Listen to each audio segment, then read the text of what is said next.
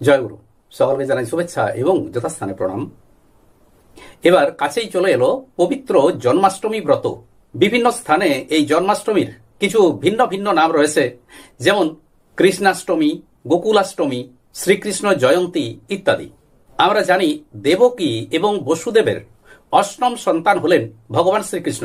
আজ দেখে নেব এই বছর অর্থাৎ ইংরেজি 2025 সালে বাংলা 1432 বঙ্গাব্দে এই জন্মাষ্টমী ব্রত কখন শুরু হচ্ছে, অষ্টমী তিথি কখন শুরু হচ্ছে, অষ্টমী তিথি কখন শেষ হচ্ছে, জন্মাষ্টমী ব্রত যারা পালন করে থাকেন এই ব্রতের পালনের সময় ইত্যাদি পূর্ণাঙ্গ সময়সূচি আজ আমরা দেখে নেব। এই ব্রতের মাহাত্ম্য সম্পর্কে বলা আছে, দেখুন, মথুরায় গমন করে শ্রীকৃষ্ণের বদন কমল অবলোকন করলে মানুষ যে ফল প্রাপ্ত হয়, কৃষ্ণ জন্মাষ্টমী ব্রত পালনের ফলে সেই একই ফল পাওয়া যায়। আর দ্বারকায় বিশ্বেশ্বর হরিকে দর্শন করলে যে ফল প্রাপ্ত হয়, শ্রীকৃষ্ণ জন্মাষ্টমী ব্রতের অনুষ্ঠানেও সেই একই ফল লাভ হয়ে থাকে। এবার দেখে নেব এই বছর অর্থাৎ ইংরেজি 2025 সালে বাংলা 1432 বঙ্গাব্দে জন্মাষ্টমী তিথি কখন শুরু হচ্ছে, জন্মাষ্টমী অর্থাৎ অষ্টমী তিথি কতক্ষণ থাকছে। দেখুন, শ্রদ্ধেয় শ্রী বেণীমাধব শীল মহাশয়ের ফুল পঞ্জিকায় দেখুন বলা হয়েছে, বাংলা 30 শ্রাবণ, বাংলার 30 তারিখ, শ্রাবণের 30 তারিখ, ইংরেজির 16ই আগস্ট। বাংলার 30 তারিখ, ইংরেজির 16ই আগস্ট 2025 সাল শনিবার। এই দিন অষ্টমী তিথি থাকছে। অষ্টমী তিথি থাকছে রাত্রি 10:49 পর্যন্ত। রাত্রি 10:49 পর্যন্ত থাকছে অষ্টমী তিথি। আর অষ্টমী তিথি শুরু হচ্ছে দেখুন তার আগের দিন অর্থাৎ 29 শ্রাবণ, শ্রাবণের 29 তারিখ, ইংরেজির 15ই আগস্ট শুক্রবার। এই দিন রাত্রি 1:17 অষ্টমী তিথি শুরু হচ্ছে।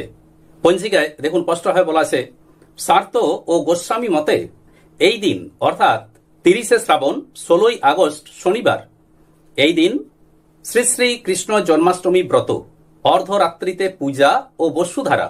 এই দিনটির আরো একটি মাহাত্ম্য আছে। দেখুন, পঞ্জিকায় বলা হয়েছে, অদ্য অর্থাৎ এই জন্মাষ্টমীর দিন অষ্টমী তিথিতে পিতৃতর্পণে শতবর্ষ গয়া শ্রাদ্ধকরণ জন্য ফল সমফল, অর্থাৎ 100 বৎসর ধরে গয়ায় শ্রাদ্ধকরণ করলে যে ফল লাভ করা যায় সেই একই ফল লাভ হয়। এবার দেখে নেব নন্দোৎসব কবে এবং এই জন্মাষ্টমী ব্রতের পালনের সময় কখন। দেখুন, পঞ্জিকায় বলা হয়েছে 31 শ্রাবণ, শ্রাবণের 31 তারিখ, ইংরেজির 17ই আগস্ট রবিবার। এই দিন সার্ত ও গোস্বামী মতে নন্দোৎসব, সার্ত ও গোস্বামী মতে নন্দোৎসব। আর জন্মাষ্টমী ব্রতের পালনের সময় দেখুন দিবা 6:45 মধ্যে সার্ত ও গোস্বামী মতে শ্রী শ্রী কৃষ্ণ জন্মাষ্টমী ব্রতের পালন। শ্রী শ্রীকৃষ্ণ জন্মাষ্টমী ব্রতের পালনের সময় হল 31 শ্রাবণ, ইংরেজির 17ই আগস্ট রবিবার, সকাল 6:45 মধ্যে, সকাল 6:45 মধ্যে রয়েছে পালনের সময়। ভগবান শ্রীকৃষ্ণের এই জন্মলীলা বা যাকে আমরা জন্মাষ্টমী ব্রত বলে পালন করে থাকি, এই জন্মলীলার পিছনে রয়েছে এক গভীর আধ্যাত্মিক তত্ত্ব। আমরা জানি শ্রীকৃষ্ণ হলেন স্বয়ং ভগবান। আর ভগবান শ্রীকৃষ্ণ একটি কথা বলেছেন, যে তিনি বলেছেন, আমি জন্মরহিত হওয়া সত্ত্বেও আবির্ভূত হই এবং অবিনশ্বর হয়েও অন্তর্ধান করে থাকি। কাজেই আবির্ভূত হওয়া এবং অন্তর্হিত হওয়া এই দুটি এক অলৌকিক লীলা। অর্থাৎ আমরা বুঝতে পারছি যে ভগবান শ্রীকৃষ্ণের এই জন্ম লীলাতে রয়েছে এক গভীর, এক সুগভীর আধ্যাত্মিক তত্ত্ব। আমরা জানি দ্বাপর যুগে ভাদ্র মাসের অষ্টমী তিথিতে কংসের কারাগারে দেবকী এবং বসুদেবের অষ্টম সন্তান রূপে ভগবান শ্রীকৃষ্ণের জন্ম হয় অষ্টমী তিথিতে, এবং দেবকীর অষ্টম গর্ভে ভগবান শ্রীকৃষ্ণ জন্মগ্রহণ করেছিলেন। আর তাই এই তিথির নাম জন্মাষ্টমী। কংসের অত্যাচারে অতিষ্ঠ হয়ে উঠেছিল রাজ্যবাসী, আর তাই পৃথিবীকে পাপের ভার থেকে মুক্ত করা, ধর্মকে রক্ষা করা, ধার্মিককে রক্ষা করা এবং অধার্মিককে বিনাশ করা, এই উদ্দেশ্য নিয়েই ভগবান শ্রীকৃষ্ণের জন্ম হয়। এটাই ছিল ভগবান শ্রীকৃষ্ণের আবির্ভাবের উদ্দেশ্য। ভগবান শ্রীকৃষ্ণের পিতা হলেন বসুদেব। তো বসুদেব শব্দটিতে দেখুন রয়েছে বসু, বসু শব্দের অর্থ হলো প্রাণ এবং দেব দেব শব্দের অর্থ হলো অধিপতি। কাজেই বসুদেব হলেন জীবাত্মা বা প্রাণ, আর দেবকী হলেন দৈবী প্রকৃতি বা দৈবী শক্তি। সাধনার মাধ্যমে প্রাণের সঙ্গে যখন দৈবী প্রকৃতির দৈবী শক্তির সংযোগ ঘটে, তখন সাধক চিত্তে ভগবানের আবির্ভাব ঘটে। বসুদেব হলেন শ্রেষ্ঠ সাধক এবং দেবকী হলেন সেই সাধনার শক্তি, আর এই দুইয়ের মিলনে ভগবানের জন্ম।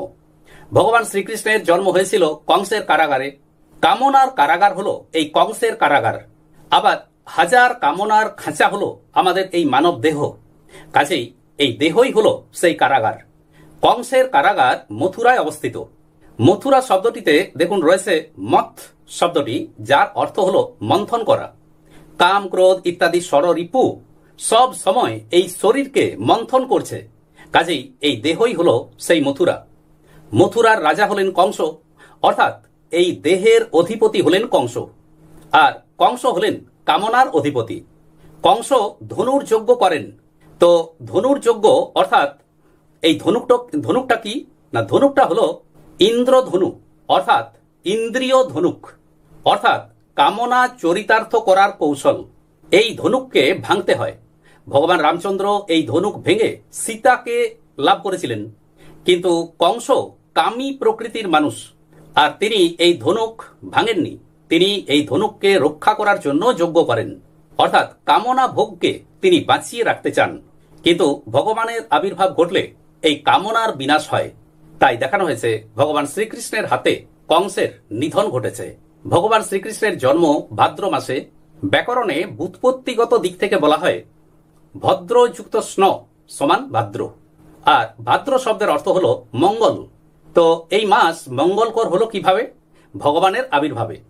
ভগবান শ্রীকৃষ্ণের আবির্ভাব ঘটেছিল কৃষ্ণপক্ষের অষ্টমী তিথিতে। কৃষ্ণপক্ষের সময় আমরা জানি চন্দ্রদেব ক্রমশ ক্ষীণ হতে থাকেন। শাস্ত্রে মনকে বলা হয়েছে চন্দ্র, অর্থাৎ চাঁদ।